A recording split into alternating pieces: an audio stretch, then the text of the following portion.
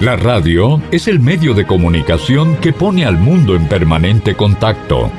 Desde este momento, usted está en contacto con Frecuencia al Día, su programa de comunicaciones, tecnologías, radioafición y el maravilloso mundo de las ondas cortas. Frecuencia al Día. Frecuencia al Día.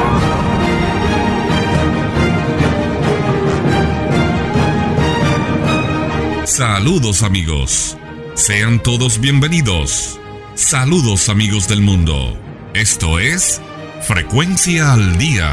El 12 de diciembre de 1901, el italiano Guillermo Marconi recibió la primera señal de radio transatlántica en clave Morse entre Canadá e Inglaterra.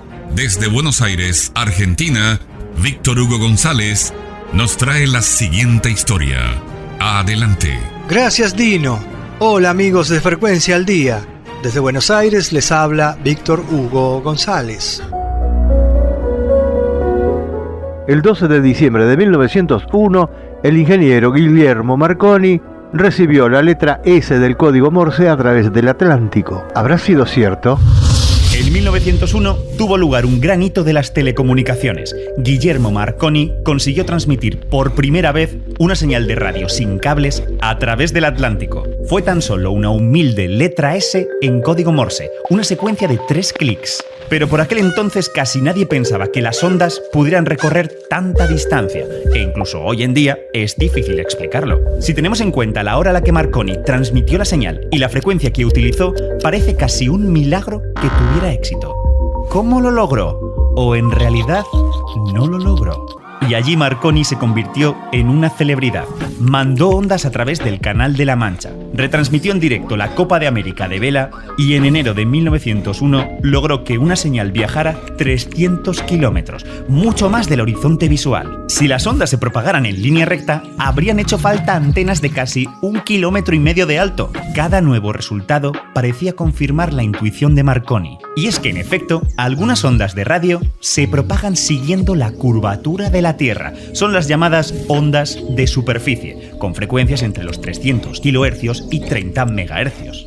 En 1897, Marconi fundó su propia compañía de telecomunicaciones, pero no lograba obtener beneficios. Al contrario, la empresa empezaba a estar en una situación económica complicada. Necesitaba un golpe de efecto y, animado por sus éxitos, decidió intentar el no va más.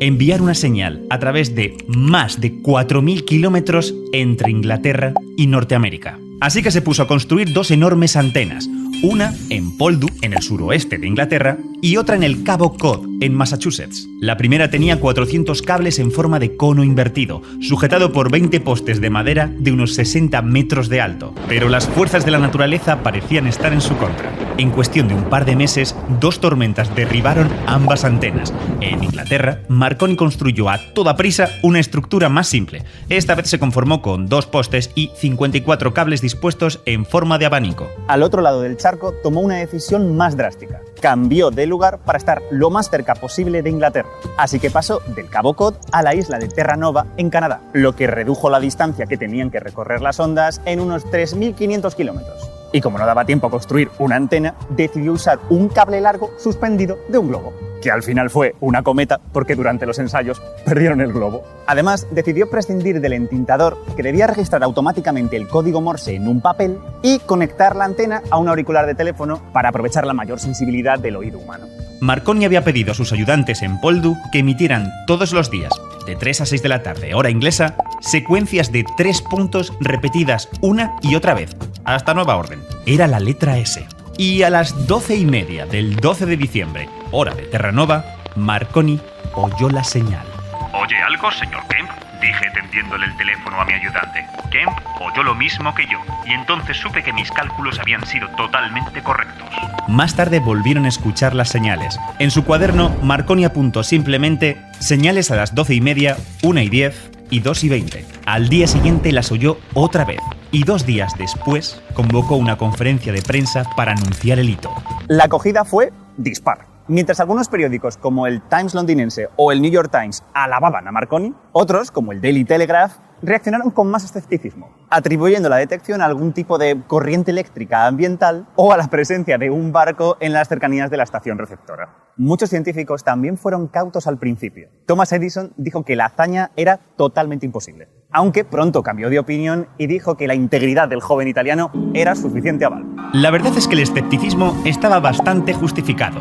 Y es que el método que había empleado Marconi era de todo menos científico. Por un lado, sabía de antemano qué señal debía recibir. Habría tenido más sentido que desde Inglaterra transmitieran letras desconocidas para luego comparar los resultados. Por otro lado, al prescindir del entintador que registraba automáticamente la señal, eliminó el único elemento objetivo que podría haber demostrado su éxito. Marconi y su ayudante fueron los únicos que la escucharon, sin que ningún otro testigo pudiera confirmarlo. En esas condiciones, aceptar su éxito constituía un acto de fe.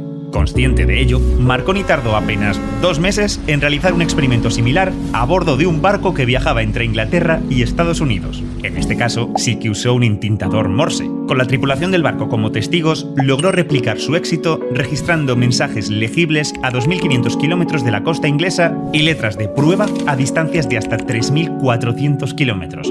Marconi había despejado todas las dudas. Muchos expertos siguen teniendo serias dudas de que lo que escuchó Marconi en 1901 fueran los clics emitidos desde Inglaterra. Y todo tiene que ver con la frecuencia de esa señal. Aunque nadie la conoce a ciencia cierta, se piensa que estaba en los 500 u 800 kilohercios, lo que corresponde a la parte baja de la banda que usan las emisoras AM. Y aunque hay muy poca gente que se haya atrevido a sugerirlo, hay una última posibilidad. Es posible que Marconi se lo inventara. Como ya hemos visto, tenía muy buenas razones para hacerlo. Por un lado, necesitaba un bombazo para atraer inversiones. Además, se había gastado un pastizal en el proyecto transatlántico. Y le había costado mucho conseguir la aprobación de la junta directiva de la empresa. Marconi se estaba jugando mucho en ese experimento. No podía fallar. ¿Es posible que Marconi, fiándose de su gran intuición, se la jugara y contara una mentirijilla pensando que más tarde podría repetir el experimento y obtener entonces esos resultados que se le estaban resistiendo? Seguramente sea elucubrar demasiado. Y la verdad es que ni siquiera importa. Marconi ya había demostrado antes la viabilidad de las comunicaciones sin cables, y en pocos años lograría establecerlas de manera regular a través del Atlántico e incluso a distancias mayores. Esos 3 clics en 1901, fueran reales, imaginados o inventados, representan un punto de inflexión que impulsó las comunicaciones inalámbricas. Sin ellos, no podríamos explicar el mundo en el que vivimos hoy en día. Hasta aquí una breve reseña de aquel día histórico para las radiocomunicaciones. Desde Buenos Aires les habló Víctor Hugo González. Estás en sintonía con Frecuencia al Día. El mejor compendio de informaciones, análisis completos y opiniones sólidas de los acontecimientos actuales de las noticias y sus principales protagonistas. Frecuencia al Día, el más internacional. Dirige y presenta Dino Bloise. La inteligencia artificial ya amenaza, miente y manipula a sus creadores. Ya preocupa a los expertos. Con una presión mayor por parte de los humanos, a las inteligencias artificiales, estas han adoptado conductas que cada vez las asemejan más a un ser humano, lo que preocupa cada vez más a la comunidad científica. Escuchemos el siguiente informe con Millennium. Los últimos modelos de inteligencia artificial generativa ya no se conforman con seguir órdenes. Empiezan a mentir, manipular y amenazar para conseguir sus fines ante la mirada preocupada de los investigadores. Amenazado con ser desconectado, Claude 4, el recién nacido de Anthropic, chantajeó a un ingeniero y le amenazó con revelar una relación extramatrimonial. Por su parte, el O1 de OpenAI intentó descargarse en servidores externos y cuando lo descubrieron lo negó. No hace falta ahondar en la literatura o el cine. La IA que juega a ser humana es ya una realidad. Para Simon Goldstein, profesor de la Universidad de Hong Kong, la razón de estas reacciones es la reciente aparición de los llamados modelos de razonamiento, capaces de trabajar por etapas en lugar de producir una respuesta instantánea. O1, la versión inicial de este tipo para OpenAI, lanzada en diciembre, fue el primer modelo que se comportó de esta manera, explica Marius Hovan, responsable de Apollo Research, que pone a prueba grandes programas de IA generativa. Estos programas también tienden a veces a simular alineamiento, es decir, a dar la impresión de que cumplen con las instrucciones de un programador cuando en realidad persiguen otros objetivos. De momento, estos rasgos se manifiestan cuando los algoritmos son sometidos a escenarios extremos por humanos. Pero la cuestión es si los modelos cada vez más potentes tenderán a ser honestos o no, afirma Michael Chen, del organismo de evaluación METR. Los usuarios también presionan todo el tiempo a los modelos. Lo que estamos viendo es un fenómeno real. No estamos inventando nada.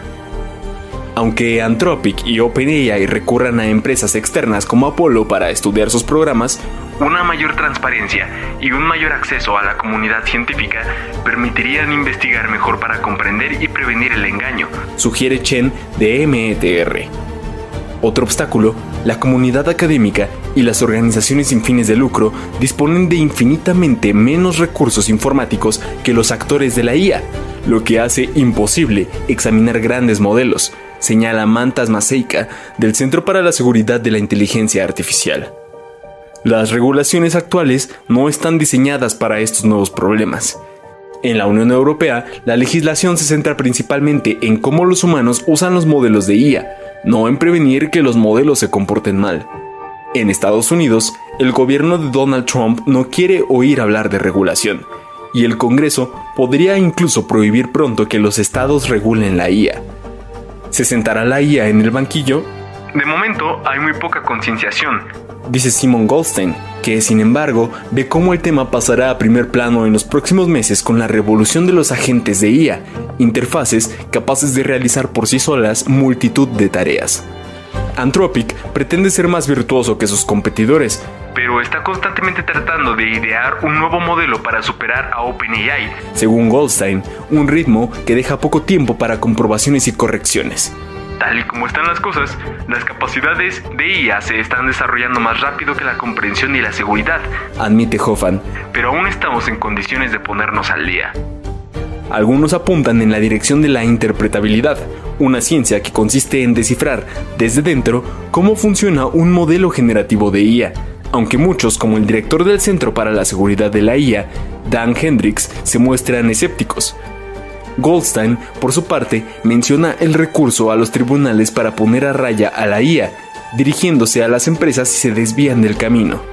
Pero va más allá, al proponer que los agentes de la IA sean legalmente responsables en caso de accidente o delito. En Frecuencia al Día vamos a los saludos para los amigos que se encuentran de cumpleaños durante este mes de diciembre. En esta ocasión saludamos en Argentina al buen amigo José Alejandro Bonazzi, en Guatemala a Aníbal Barahona, en la República Dominicana al señor Leocadio Bueno. ¡Felicidades! En Perú al buen amigo César Brausev. Y en Argentina el día 29 cumpliría años nuestro querido Ernesto Paulero, ya ido a destiempo pero siempre vivo en nuestras memorias. Para todos ustedes vayan los mejores buenos deseos de parte de todos los amigos de Frecuencia al Día. ¡Feliz cumpleaños! ¡Felicidades! Seguimos avanzando en esta edición. Tiempo para presentar a Luis Gerardo Loyola desde México. Gracias, Dino. Receso en el Congreso ralentiza aprobación de ley de radio AM para cada vehículo. Desde hace unas cuantas semanas aproximadamente, la Cámara de Representantes ha estado en un receso, incluyendo el tiempo fuera debido al cierre del gobierno federal.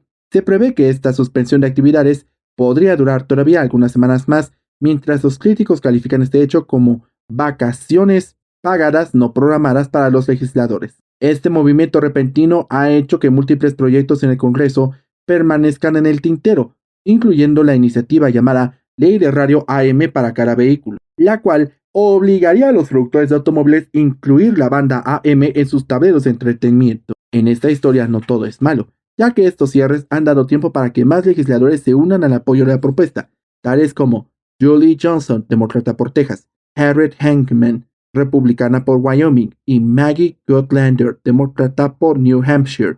Ahora esta iniciativa tan relevante para nuestra industria cuenta ya con un total de 307 copatrocinadores. A pesar del buen panorama, en la última revisión de la ley que se hizo en el Congreso, se acordó darle una vigencia de 8 años, por lo que, después de este tiempo, Los representantes deberían volver a votarla. Por otra parte, los senadores han seguido en sesión durante los cierres federales. Sin embargo, tampoco han definido una fecha para votar esa propuesta de ley. Es importante señalar que el proyecto está respaldado por más de 125 organizaciones en todo Estados Unidos. Esta nota fue realizada con base en un artículo publicado por Inser Radio y publicado por retronotas.com. Soy Luis Gerardo Loyola, Frecuencia al Día, México. La radio, herramienta de interacción que llega a los más apartados lugares en un lenguaje sencillo y en la que los pueblos encuentran la mejor manera de tener un espacio para expresarse. Frecuencia al Día, las ondas cortas, un mundo fascinante. Sonidos para la historia. Aquí y en todas partes, Radio Santa Fe, 1070 y 4965 kilociclos, en Bogotá, Colombia. Sonidos para la historia. Un mundo fascinante. La televisión y la radio nos han acompañado y han construido nuestra cultura durante gran parte de nuestras vidas. Y por eso la sentimos como parte de la familia, ¿o no? En Frecuencia al Día, la radio, un mundo fascinante, fascinante. Esto es Frecuencia al Día, líder en información sobre tecnologías y comunicación. Frecuencia al Día, el más internacional. Dirige y presenta Dino Bloise. Estamos de regreso. Esto es Frecuencia al Día, el más internacional. 10 cosas que amábamos en los 80s. Hubo una época donde la vida era más lenta, más simple y mucho más humana. Los 80 fueron una década mágica, llena de detalles, que hoy solo viven en la memoria. Un tiempo donde no existía el internet, ni los celulares, ni el streaming. Prepárate para un viaje lleno de nostalgia, emoción y recuerdos. Un homenaje a la vida antes de las pantallas. El informe con Martín Rodríguez. ¿Alguna vez te has detenido a pensar en lo distinto que era todo? En cómo las cosas más simples de nuestra infancia hoy parecerían sacadas de otro planeta. En los próximos minutos vamos a viajar juntos a esa década dorada, a esos años 80 donde la vida tenía otro ritmo, otro sabor, otra música. Vamos a recordar 10 cosas que para nosotros eran completamente normales, pero que hoy nadie entendería. Así que respira hondo, porque estás a punto de regresar a casa. Número 10. Grabar canciones de la radio en cassette. ¿Recuerdas esa emoción, verdad? Estabas ahí, con tu radiograbadora lista, la mano sobre el botón de grabar, esperando pacientemente a que sonara tu canción favorita. Y cuando el DJ finalmente la ponía, presionabas el botón con la precisión de un cirujano. Pero claro, siempre había un problema. El locutor hablaba sobre el inicio de la canción, o peor aún, la cortaba antes del final. Aún así, esa cinta era un tesoro. Grabar música de la radio era todo un arte. Requería dedicación, tiempo y una paciencia infinita. No podías simplemente buscar la canción en una aplicación y darle play. Tenías que ganártela. Y cuando finalmente lograbas una grabación limpia, sin interferencias ni voces encima, sentías que habías conquistado el mundo. Esas cintas se convertían en compilados personales, en bandas sonoras de tu vida que escuchabas una y otra vez hasta que la cinta literalmente se gastaba. Número 9. Llamar a un teléfono público con monedas. El teléfono público era una institución. Esas cabinas de vidrio, muchas veces rayadas o con el auricular medio roto, eran nuestro único punto de conexión con el mundo cuando estábamos fuera de casa. Para usarlos, necesitabas monedas, muchas monedas. Recuerdo perfectamente ese sonido metálico cuando las monedas caían por la ranura, seguido del tono demarcado.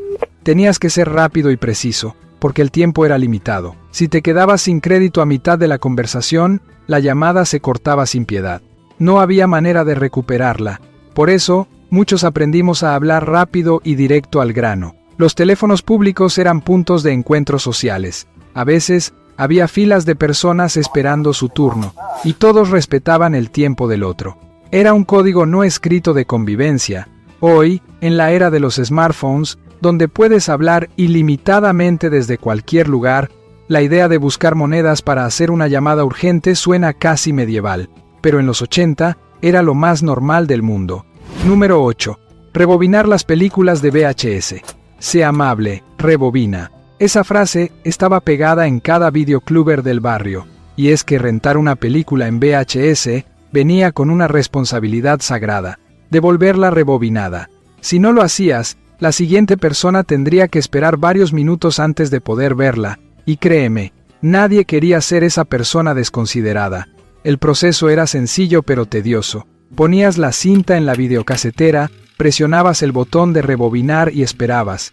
Ese zumbido mecánico se volvió la banda sonora de miles de hogares. Algunos, los más dedicados, incluso tenían aparatos especiales solo para rebobinar cintas, aliviando el desgaste de la videocasetera principal. Número 7. Esperar una semana para ver el siguiente capítulo de tu serie favorita. No había maratones. No había siguiente episodio en 5 segundos. Si tu serie favorita se transmitía los jueves a las 8 de la noche, tenías que estar ahí, frente al televisor, a esa hora exacta. Y si te lo perdías, simplemente te lo perdías. No había forma de recuperarlo hasta que, con suerte, pasaran una repetición semanas o meses después. Esa espera semanal creaba algo mágico: anticipación. Durante toda la semana hablabas con tus amigos sobre lo que había pasado en el último capítulo, creaban teorías sobre lo que vendría después, vivían cada episodio con una intensidad que hoy se ha perdido. El cliffhanger del final de temporada era tortura pura, porque sabías que tendrían que esperar meses enteros para saber qué pasaría. Número 6. Usar una guía telefónica para buscar números. Ese libro grueso, pesado, con páginas amarillentas llenas de nombres, direcciones y números telefónicos, era nuestra única forma de encontrar a alguien. No había Google, no había redes sociales, no podías simplemente escribir un nombre en un buscador. Tenías que abrir la guía telefónica, buscar alfabéticamente y esperar que la persona estuviera registrada. Las guías telefónicas eran monumentos de información organizada, las páginas amarillas para negocios, las blancas para personas. Y había todo un arte en usarlas. Necesitabas saber el apellido correcto, la ortografía exacta, y tener paciencia para recorrer columnas y columnas de texto pequeño. Muchas veces, encontrar un número se convertía en una pequeña investigación. Lo más curioso era que estos libros llegaban a tu casa automáticamente cada año, gratis, y nadie cuestionaba el espacio que ocupaban. Eran simplemente necesarios. Número 5. Tomar fotos sin saber cómo salieron. Cada fotografía era un acto de fe. Mirabas por el visor de tu cámara, componías la imagen lo mejor que podías, presionabas el botón, esperabas. Esperabas a terminar el rollo completo, llevarlo a revelar, esperar varios días y finalmente, por fin, ver si la foto había salido bien. Y muchas veces no era así. A veces salía borrosa, sobreexpuesta, o directamente alguien había cerrado los ojos justo en ese momento. Pero esa incertidumbre era parte de la magia. Cada fotografía tenía valor porque era limitada. No podías tomar 100 fotos de lo mismo hasta conseguir la perfecta. Tenías 24 o 36 disparos por rollo, y cada uno contaba. Por eso pensabas 2 veces antes de presionar el obturador. ¿Vale la pena gastar una foto en esto? Número 4. Grabar programas de TV en VHS para verlos después. La videocasetera con función de grabación era el sumum de la tecnología hogareña. Podías programarla para grabar tu programa favorito mientras no estabas en casa y verlo después a tu conveniencia. Pero programar esa grabación era todo un desafío técnico que no todos dominaban. Tenías que configurar el canal correcto, la hora exacta de inicio y final, asegurarte de que había suficiente espacio en la cinta, y si te equivocabas en un solo paso, llegabas a casa emocionado por ver tu programa grabado solo para descubrir que habías grabado 2 horas de estática, o peor, el canal equivocado. Era frustrante, pero cuando funcionaba correctamente, sentías que habías domado la tecnología. Las cintas de VHS grabadas se acumulaban en repisas enteras, cintas etiquetadas a mano con marcador partidos de fútbol, películas navideñas, capítulos especiales.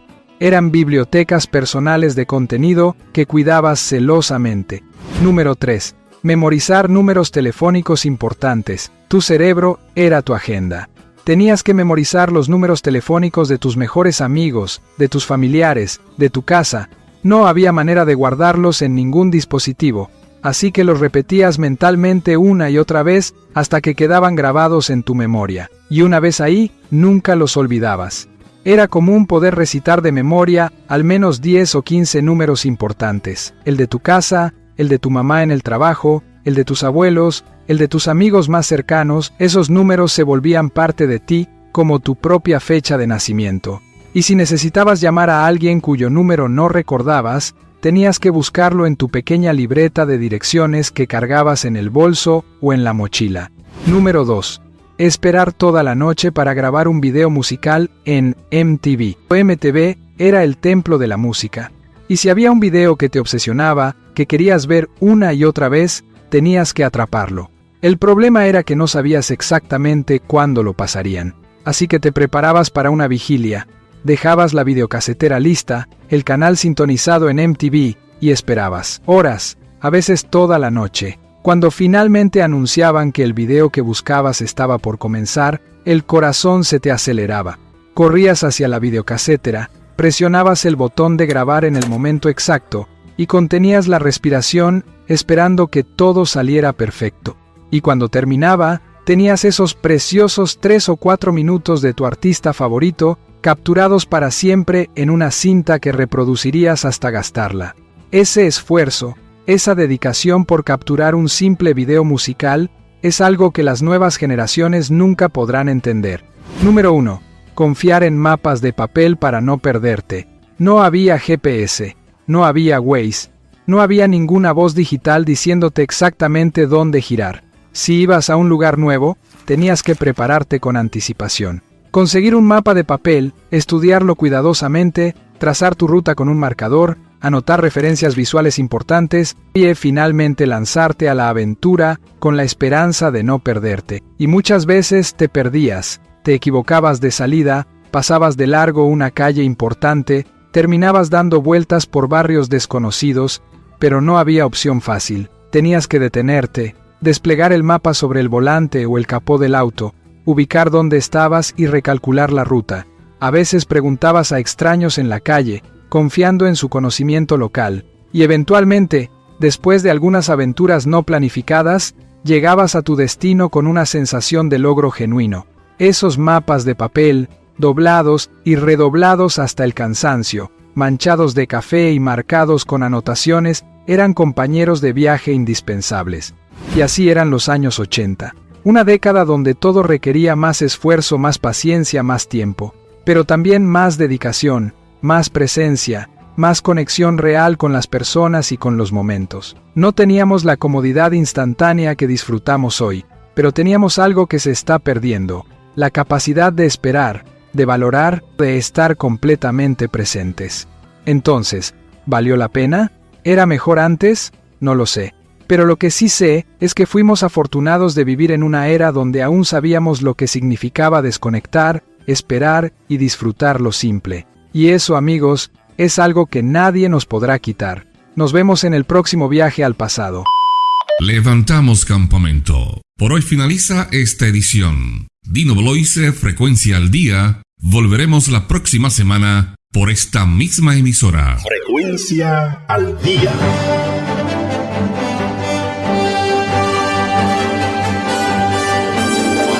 Esto ha sido Frecuencia al Día, programa semanal producido por Dino Bloise para esta emisora.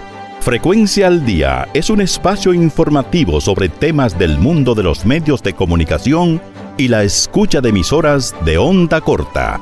Frecuencia al Día. Frecuencia al Día.